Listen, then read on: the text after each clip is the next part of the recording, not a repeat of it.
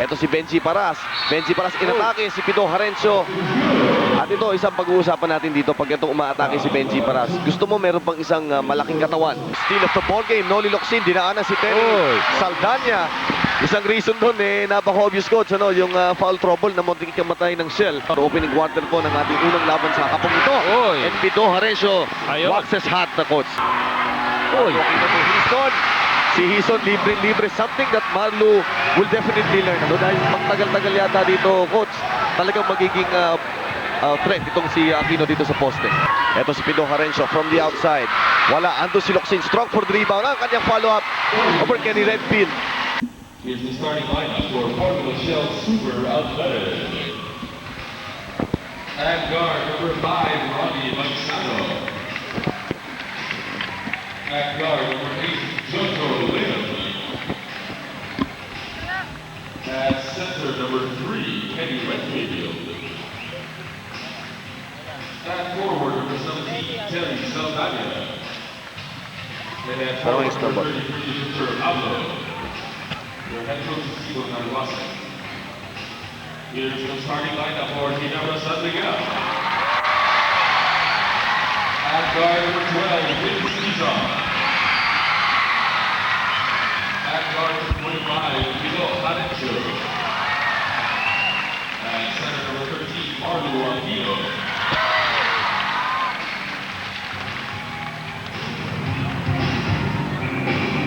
Okay mga kaibigan, dumarating po kami sa inyo ng live mula dito sa Cuneta Astrodome.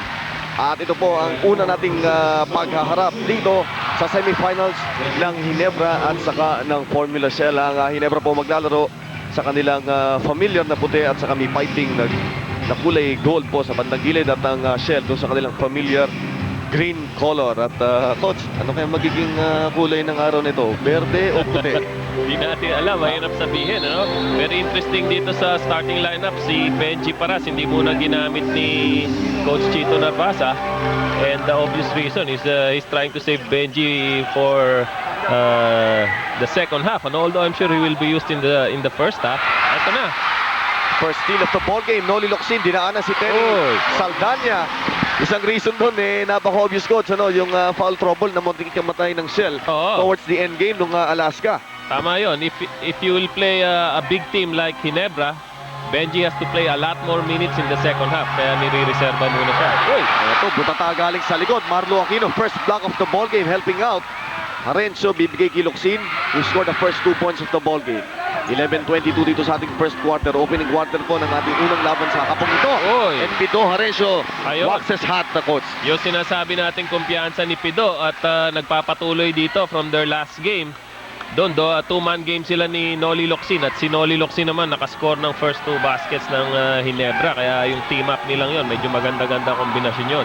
Samantalang hindi pa rin nakakakuha ng numero itong Shell pamula sa labas. At ang lakas ng time nito si Ronnie Manzano. Yan naman sinasabi natin. When Ronnie makes those outside shots, he can not only be a threat, but he can create situations a lot easier for his team. Kung ikaw ay 38.1 3-point field goal shooter, at kailangan niya itang papantayan ka. Patay ang butike sa gilid. Tinabahan ni Harencio ang gilid. At nandito ulit ang Formula Shell umaatake. Dagdagan po na kay Terry Saldana. Sa depensa, nagsusundutan ng bola yung Terry Saldana. Creating space underneath. Makukuha niya almost his third offensive rebound, coach. So in that situation, si Terry nakadalawang offensive rebound siya kagad. He's challenging the big man of Ginebra sa under the basket. Si Hison, libre. Something that Marlo will definitely learn. Dahil magtagal-tagal yata dito, coach, talagang magiging threat itong si Aquino dito sa poste. Definitely, pagka may kumakat na ganyan, as a postman, kailangan nakikita mo na bibigyan mo ng magandang pasa. Ito si Ken Redfield. Aatakihin ng import ng Ginebra na si Henry James. Pagdating sa depensa, suspect ng konti itong import na ito. At makita natin, napakabilis ng pace, no? Hindi na sila nagpapasahan pa ng matagal dyan. Basta may scoring opportunity, ayan na. Yan, tira kagad. Pamula sa gilid, Henry James hindi nadali ang kanyang unang atake. Marami man darating yan, sigurado ko. Itong dalawang, ayan, tira kagad. No? So, medyo walang pasensya itong dalawang team na ito. Nagmamadali at nanggigigil sa una. Okay, Kenny Redfield with a nothing but air shot. Doon sa kanyang huling attempt on a 3-point shot. 6-5 ang ating score para sa Ginebra ni Sonny Jaworski. Ito, they're going to Marlo Aquino.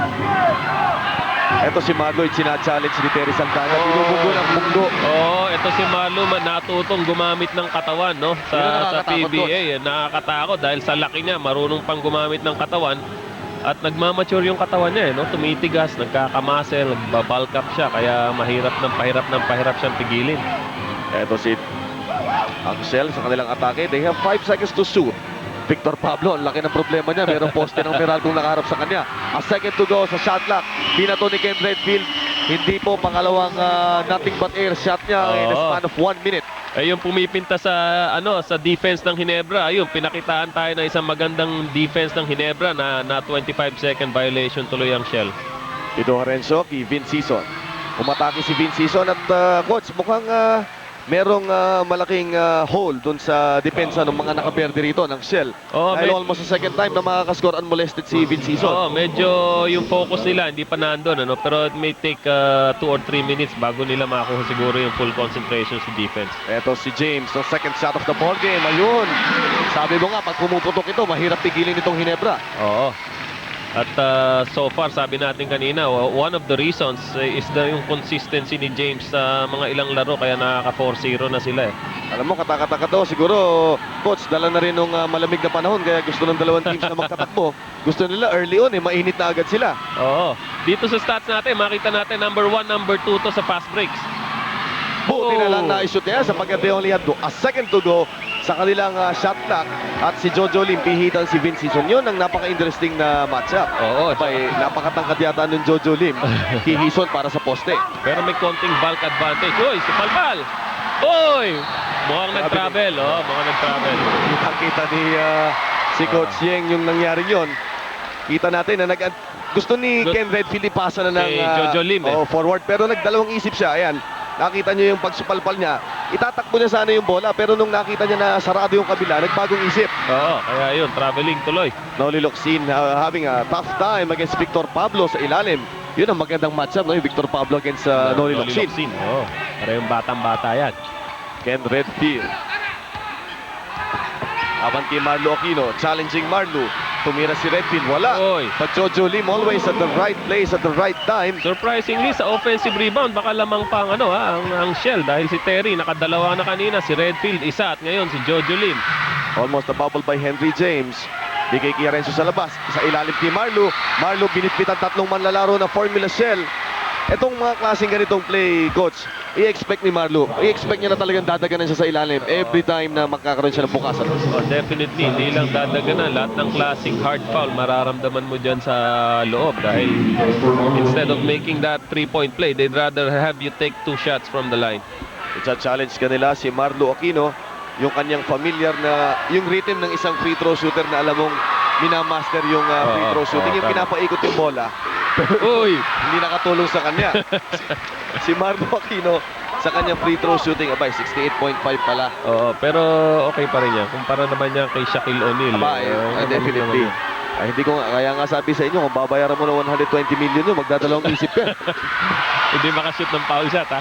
Paano mo babayaran yun?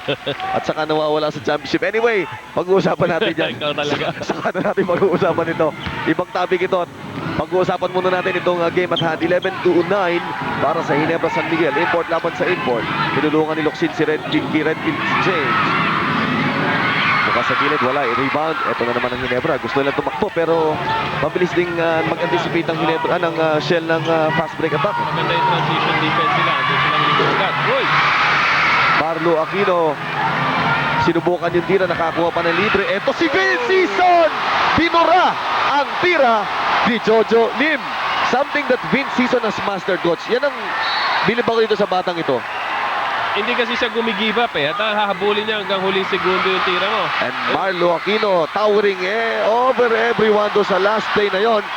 But definitely ang best play so far of the first quarter ay yung butatang ipinakita ni Vince Sison kontra kay Jojo Lim. So yung sinasabi nila, depensa ng Ginebra, pinapakitaan tayo ngayon ng depensa talaga ng Ginebra. Not only were they able to block that shot a while ago, napigil nila yung nag-violation ng 25 seconds ang Shell dahil nga sa magandang depensa ng Ginebra. Technical foul was called for use of profane language. Oy, technical foul. Oh, mukhang Oy, in language daw. Aba, si James naman doon sa technical free throw. Hindi niya naipasok. Kapag sinabi pong profane language, hindi ho namin pwedeng sabihin dito at maraming nanonood na bata sa PBA. Alam niyo na kung ano yung ibig sabihin ng profane language. Yung salitang hindi dapat naririnig ng tenga. Normally. 11-9, 6-27, Benji Paras. Napilitan ng ipasok. oo.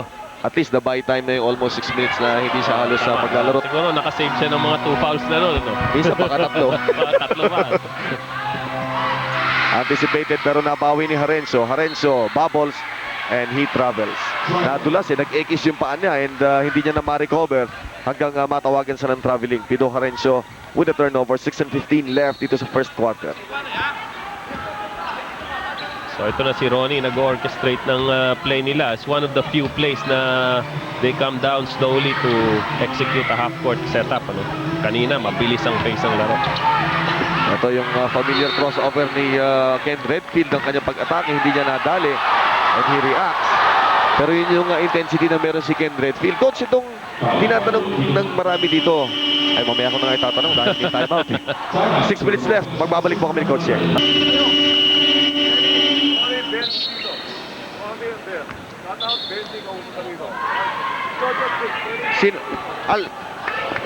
Sino ba ang ano? Sino ang supervisor ng Obivan? Wala na Meron.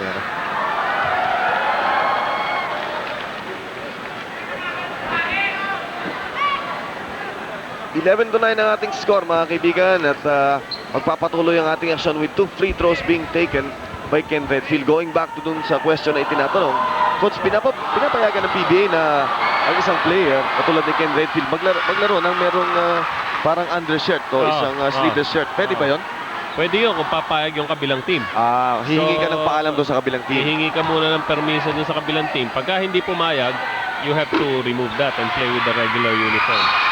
At ayan, Coach Yeng, yung natipid na isang foul kanina, Ito yung sinasabi natin. naka-boundary agad.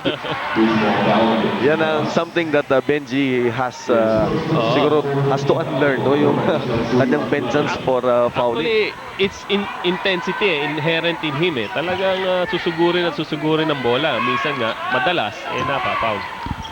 Ito ang Ginebra sa kanilang offensive set. Lamang sila ng isa lamang, 11-10, 5 minutes and 40 left dito sa ating first quarter. Henry James thinking 3, hindi makatira. 2 seconds on the shot clock, being pressured, ubos ang kanilang 24 seconds shot clock. Maganda yung dinipensa ni Jojo Lim. Hindi nakaangat si hindi nakaangat si Henry James. Pero iniisip ko kanina, Jojo Lim might be too short, or too light. Pero pinrove niya doon sa situation na yun, kaya niyang depensahan si Henry James. Sa unang nagkatapat ng teams na ito, hindi pa ho nananalo ang Formula Shell dito sa Ginebra. At quite high-scoring ball games, mga kaibigan, ng mga laban na yun. Samantala sa isolation play, si Victor Pablo makakakuha ng foul kay Noli Locsin. Pero dito, Coach, mukhang ginawa ng Shell yung kanilang assignment. Oh, definitely. Dahil nakita natin kanina si Kenny Redfield. Talagang sina-challenge niya sa isolation to si James. Ngayon naman, itong si Vic Pablo, with confidence also doing his thing. Ayan na, si Vic Pablo yan. At the same play. At ito ay pinapakita ng Formula Shell yung piyansang sinasabi ko. saka yung karamihan ng pang-atake ng Formula Shell. Kanina dinaanan natin doon sa nung nag-uusap tayo doon bago magsimula ang laban. And Formula Shell definitely has maybe all the ingredients na kailangan para maayos ang laro nila dito. Alley-hoop play, hindi na dali. Back to the basket yon. Ito ang Formula Shell sa kanilang atake sa fast break. Victor Pablo titira from almost the same spot. Back-to-back baskets ni Victor Pablo, nagbigay ng 3 puntos na lamang sa Formula Shell. So mapupuwersa si Noli Locsin to step up on his defense because of the good game that Vic Pablo is playing. Ito si Pido Harencio from the outside. Wala, ando si Locsin, strong for the rebound. Ang kanyang follow-up over Kenny Redfield. Binawi agad ni Noli dahil magkagwardyahan sila ni Vic Pablo Ito na, uulitin yung play kanina. Ito yung, Yan yung matchup. paboritong play nila Kita ni Victor Pablo na meron siyang definite advantage doon kay Noli Locsin. Pero dito, hindi niya na nadali yung kanyang third basket. Si James, open, tumigil, binigay kay Locsin. Locsin, ang kanyang tira na-intimidate siya nung presence ni Kenny Redfield. Oo. Eto, bigay kay Victor Pablo. Victor Pablo kay Marlo Aquino, supalpal. Ang follow-up ni Paras, wala. At yan ang binabayaran mo kay Marlo Aquino. Yung kanyang presence sa ilalim, alone, enough na para mabago ang tira ng kahit sino. Oo. Pero wala siyang katulong doon. Uy, Eto si Henry James, off balance and all. Na ibato ang kanyang tira, 15-14 para sa Ginebra. Ito yung sinasabi natin kay Ronnie, when you need a setup or when you need an execution, he will always set up the right play for you. Siya na magpe-preside. Benji Paras, ang Oh. kanyang shot. Definitely, hindi yun ang shot na gusto niya dahil nandun si Marlo.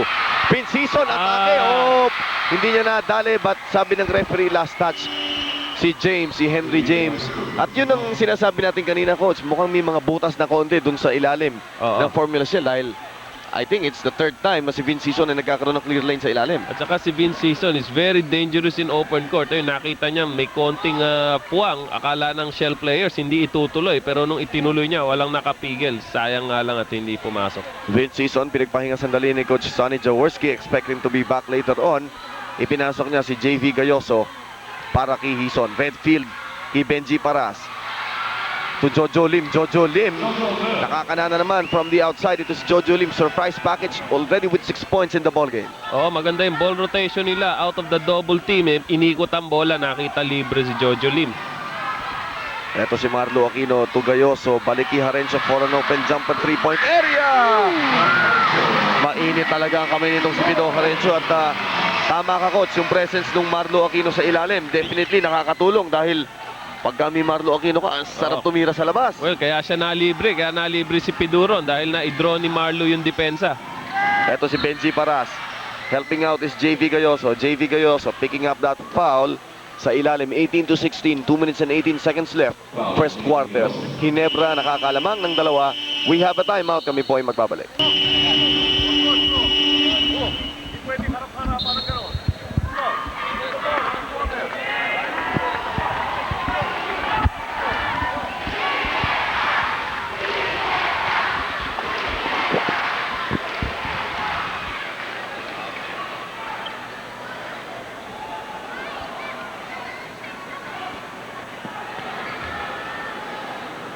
Siya po coming up mamaya sa second game at isa pa ito sa mga hot stories ng Intriga yan. oo, ito more than intriga siguro, coach. Talagang one of the burning issues dito yung sinasabi nilang presence of a banned substance dun sa urinalysis na nakuha ng PBA physician kay Ronnie Tompkins.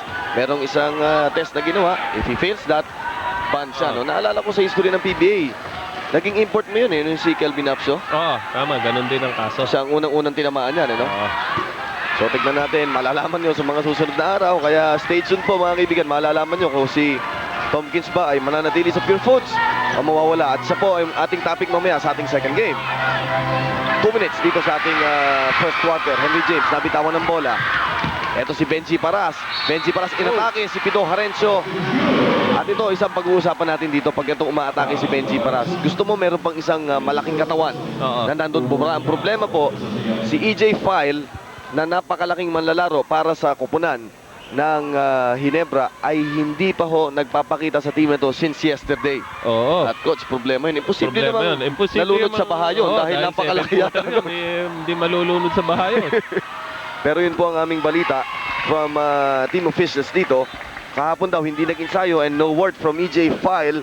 Kanina hindi natin malaman kung ano talagang nangyari kay EJ File. So hanggang kanina yata. Hindi, ano yun? Baka sumama lang ang loob niya doon sa pagkatalo ni Ni Mansueto Velasco. Oo, baka kagabi. hindi nagising ng maayos. Eto si Benji Paras. Second time transition basket. Ang Ginebra defense being challenged dito sa first quarter ng Shell. Eto si Noli Locsin, ang tangke. Ang malakas na tira, wala. Marlo Aquino, nakuha ang offensive rebound. Ang kanyang follow pala. Noli Locsin. Yun ang specialty ng batang yun. Kahit tatlong lundag, pantay-pantay, matataas pare-pareho. At saka itong dalawang team na to, specialty ng Ginebra, yung kanilang inside game. Shell naman, yung dalawang fast break para kay Benji Paras. At advantage si Benji, mas mabilis siyang bumaba talaga kaysa kay Marlo. Ito si Ken Redfield. Ang maganda dito sa Formula Shell, Coach, mukhang lahat ng avenues na pwede nilang daanan, sinubukan nila dito sa first quarter. Nakita nila kung ano-anong posibleng options yata nila. Oo, definitely. Nakukuha nila yung mga running game, yung mga isolations nila. Oh, Yun ang play of the day. O play of the quarter na. Sa pasahan na yon, tatlong tao humawak ng bola. Yun ang offense working for you. Oo. 45 seconds left. Eto si Redfield against Henry James. Thinking 3, ayaw. Balik ang bola. Hindi Oy! nakita ni Henry James. Yun. Binanatan sila ng open layup na naman ng Formula Shell. Maganda yung pagkakabalik ng bola ni Vic Pablo. Give and go play, no? Very simple play but very effective. Napakasimple ng play na ibinato. Ngunit nag-net pa rin ng 2 points. JV Gayoso, laglag kay Marlo Aquino. Marlo Aquino, supal-pal ni Benji Paras. Eto, time enough for one more shot. Pero gusto ng Shell umatake na. Ayun. Gustong ibalik ni Ronnie Magsano kay Ken Oo. Redfield who had a better chance to score dahil paatake na siya sa basket. Pero ang ginawang tama ng Ginebra doon, bumaba si Henry James ng mabilis din dahil kailangan nila ng malaking tao sa transition defense. That time, James was there. Benji Paras, sobrang taas ng kanyang percentage. At ang ganda ng kumpiyansa niya sa bato niya. Off the bench, 8 points, Coach. Nako, ito, turnover Yato pa. na naman. 3 seconds left. Binato ni Ronnie Magsanok. Montik na. Ang follow-up ni Jojo Lim hindi nakasama sapagkat umiilaw na ang ating red light to signify. Tapos na po ang ating first quarter. 28 ang Shell, Ginebra 22.